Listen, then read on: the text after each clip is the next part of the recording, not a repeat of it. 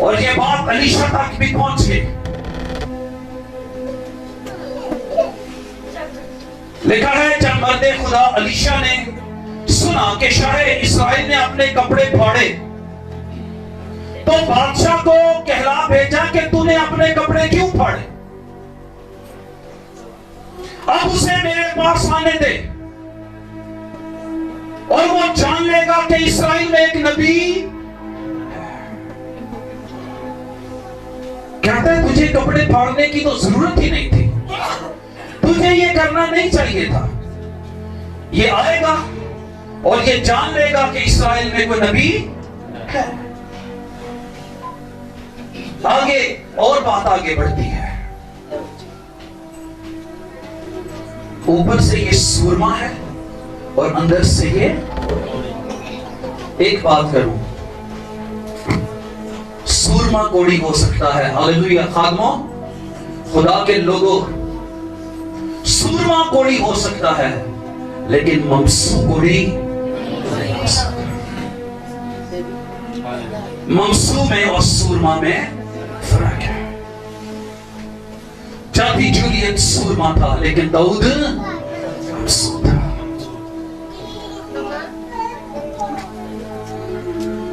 नुआम सूरमा था लेकिन अलीशा ममसू था। सुने आगे,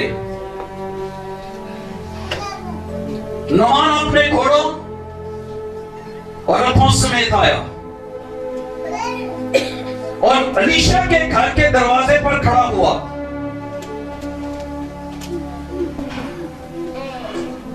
कई दफा हम शिफा लेने के लिए अपना होमवर्क करके आते हैं। कई दफा हमने होमवर्क ये किया होता है। मैं आपको आज ही का वाकया बताता हूं। जब हम सियालकोट से लाहौर के लिए आने लगे तो एक ना दरवाजे पे बहन आके चर्च की खड़ी हुई, तो मुझे कहती है वो ना, वो एक भाई का उन्होंने नाम लिया, उसके लिए दुआ करनी है। मैंने कहा जी जरूर दुआ करेंगे, आप क्यों परेशान हैं। कहती है मैं ना बड़े दिन ते ना चंदा भी लेके आवांगे।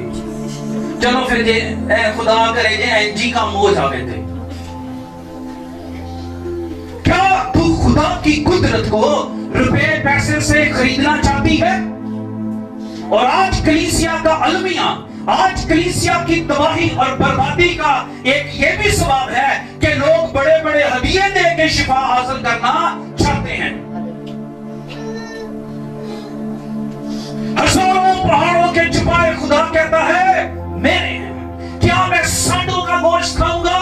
क्या मैं बकरों का खून पीऊंगा? हर एक छुपाया मेरा है। लोग समझते हैं कि हम रुपया पैसा देके अपनी शिफा को खरीद लेंगे। ऐसे नहीं हो सकता। खुदा आपसे ज्यादा अमीर है, खुदा आपसे ज्यादा दौलतमंद है, खुदा आपसे ज्यादा खुशहाल है, खुदा आपसे ज्यादा मुतमिन और इत्मीनान में जिंदगी बसर कर रहा है। खुदा आप ज्यादा ताकतवर है, खुदा हमसे ज्यादा ज़हीन और बदीन है, खुदा हमसे ज्यादा काबिल कराम है। खुदा को हम अपने रुपए पैसे से खुश नहीं कर सकते। अगर खुश करना है तो उसको अपना आप दे दीजिए।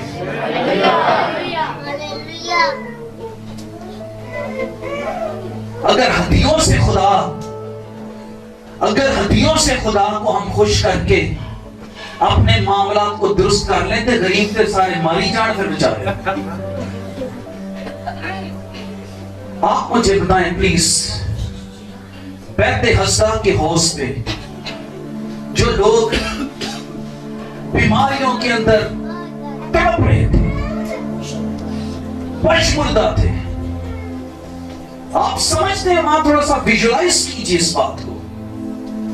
वहां पर घर च एक बंदा बीमार होए तो कमरा अलग कर दिता जाता है, सही है? और बैत हस्दा के गिर्द कितने बरामदे थे? 5। और लिखा है उन बरामदों के अंदर वो बीमारियों की लिस्ट पड़े लोग पड़े हुए थे। उस वक्त को सिस्टम था कि जी नाल अटैच बाथरूम बने थे। क्या हालत होती होगी वहां? मल्टी डिजीजेस वहां बैक्टीरिया वायरस इतना है, कोई नहीं जा रहा उधर। बड़े बड़े शराब के आलम नहीं जाते, क्यों? वहां डर लगता है, वहां गए थे किधरे कोरोना ही ना फट लगे। लेकिन एक वहां गया, क्यों गया वहां पे? कि बैठे हंसदा तो हदिया बाबा लपेगा तुम्हारी, है ना? यसु गया बैठे हंसदा पे, और एक उथे थे एक वक्त ही चाह प्लांट जोगे किसी को पैसे नहीं सन। वहां तो किसी के पास एक दमड़ी नहीं थी। आप मुझे बताएं, 12 बरस से बीमार औरत तो सब कुछ पहले लुटा चुकी है। वो कितों कमेटी पाए थे फिर यसू नु इजी पैसा करे।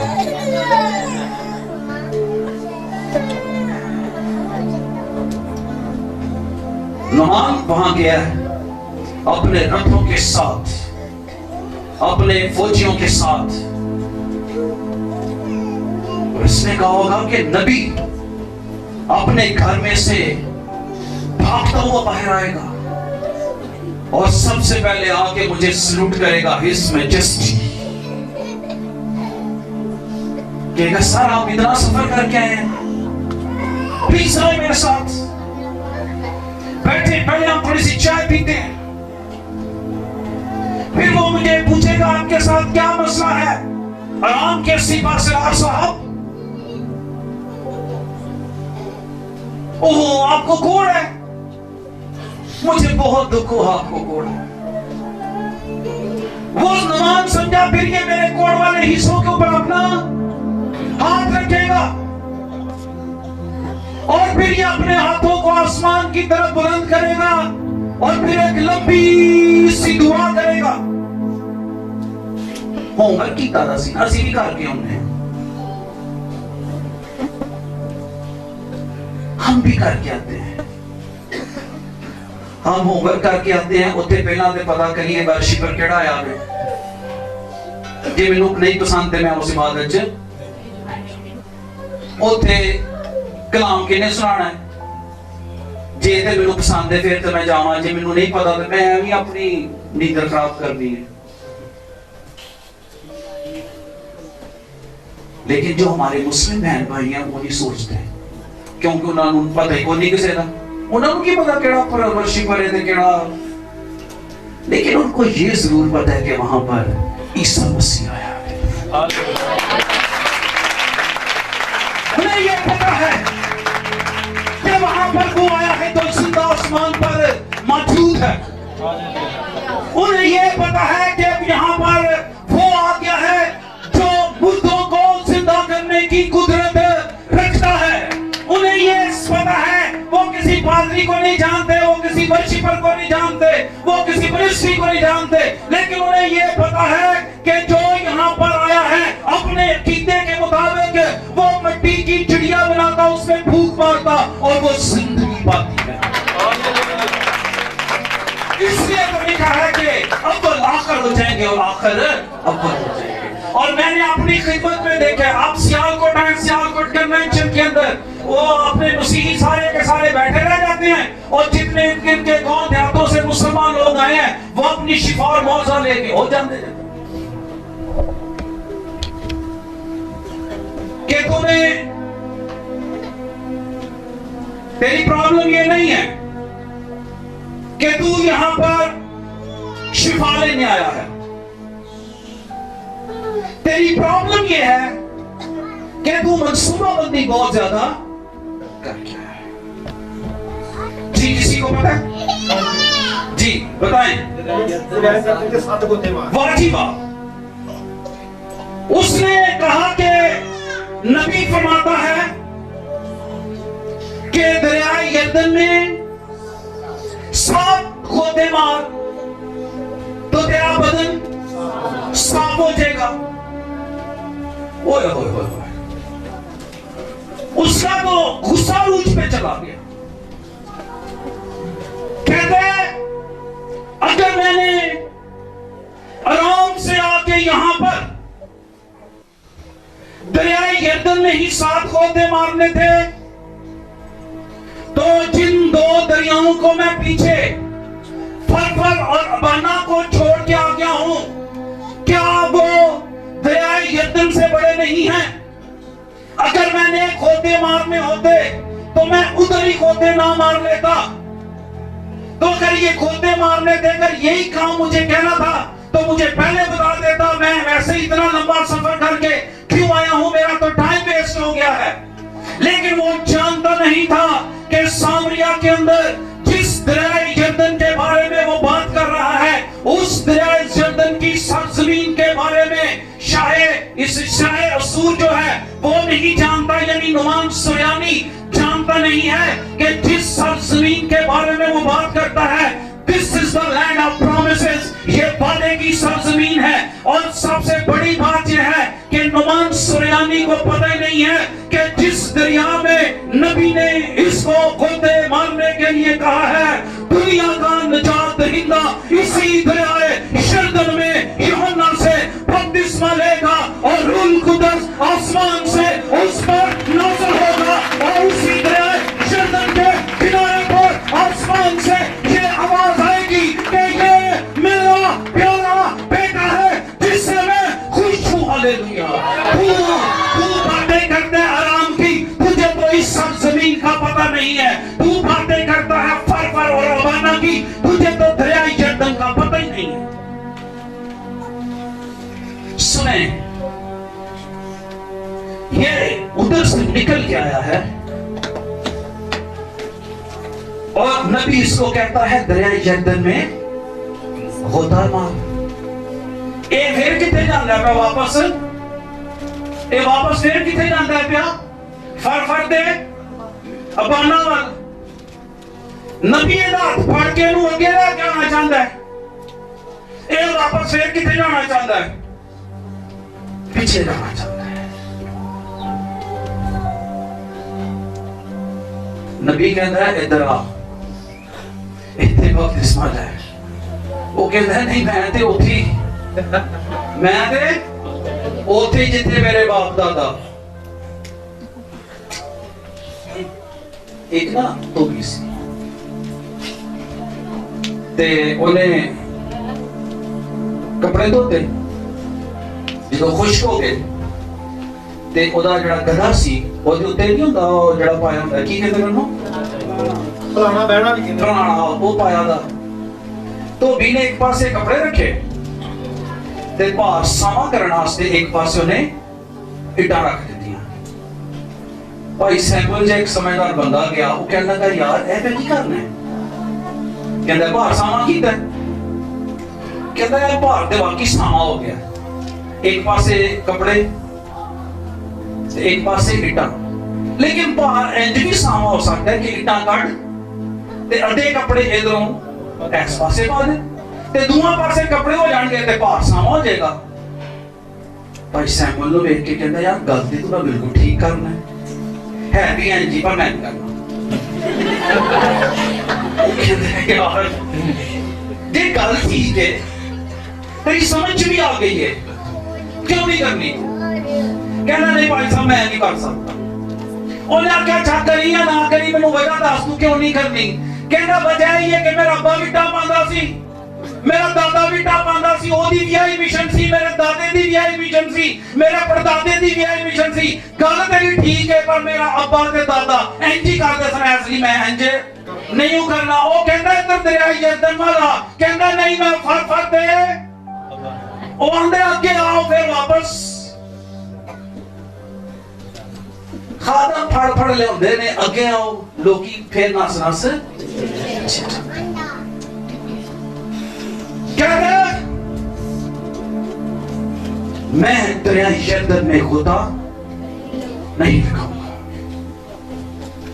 कहता मेरे मुल्क के दरिया फर और अबाना इस्राएल की सब नदियों से बढ़कर नहीं, क्या मैं उनमें नहाकर पाक साफ नहीं हो सकता? तू नहीं हो सकता, इसलिए कि जिस सरजमीन पर तू आया है यहां पर यहोवा खुदा की प्रेजेंस है। जिस जमीन पर तू आया है इस जमीन के ताकत से खुदा ने कलाम किया हुआ है। जिस जगह पर तू आ गया है ये खुदा के इरादे में जगह है। जिस जगह तू आ गया है यहां पर तेरे लिए बरकत है, यहां पर तेरे लिए शिफा है। पर नहीं बने सुने नाराज हो गया वापस लौट गया। भाई साहब ਤੁਹਾਡੇ ਨਾਲ ਵੀ ਕਈ ਲੋਕੀ ਨਾਰਾਜ਼ ਹੋ ਜਾਂਦੇ, ਸਾਡੇ ਨਾਲ ਵੀ ਹੁੰਦੇ बड़े नाराज हो जाते हैं। मैं नहीं समझ सकता। मेरे रिलेटिव है लाहौर में, तो मैं उन्होंने क्या चाचू जी तौबा करो, कहते हैं मैं बंदा कतल की मैं कभी तौबा करा। मैंने उन्हें कहा इंसान गुनाह ना भी करे तो आदम के गुनाह के सबब से वो गुनहगार है, लिहाजा मारूसी गुनाह से तौबा करना बहुत जरूरी है। हमारे उधर सियालकोट में एक बंदे ने वो शराब, उन्हें मैनू याद आ रहा तो बच्चों का शराब वाला आया ना सीन, तो उन्हें ना चर्च रंग कराया ते किसी और चर्च में यानी मैं उन्होंने मिलिया, मैं क्या भाजी छड़ छड़ो शराब बेचनी है, शराब बेचनी छड़ दो, यह बेचना तो मैं चर्च रंग खिंच करांदा।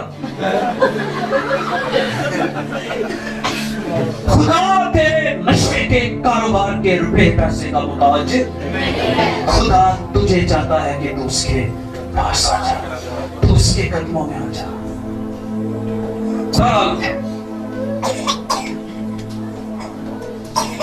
नाराज होकर चला गया। उसका एक नौकर है और वो नौकर उसे कहता है, अब आपने ध्यान से बात करनी है, सुननी है मेरी बात, क्योंकि अभी कलाम के इख्तिताम की तरफ बढ़ रहे हैं। ऐ हमारे बाप, अगर वो नबी कोई बड़ा काम करने का तुझे हुक्म देता तो क्या तू उसे ना करता? बस जब वो तुझसे कहता है कि नहा ले और पाक साफ हो जा, तो कितना ज्यादा उसे मानना चाहिए। कहता है बादशाह ने, नबी ने तुझे कोई बड़ा काम करने के लिए नहीं कहा, उसने तो सिर्फ तुझे छोटा सा काम कहा है कि दरिया यरदन में 7 होते मार ले।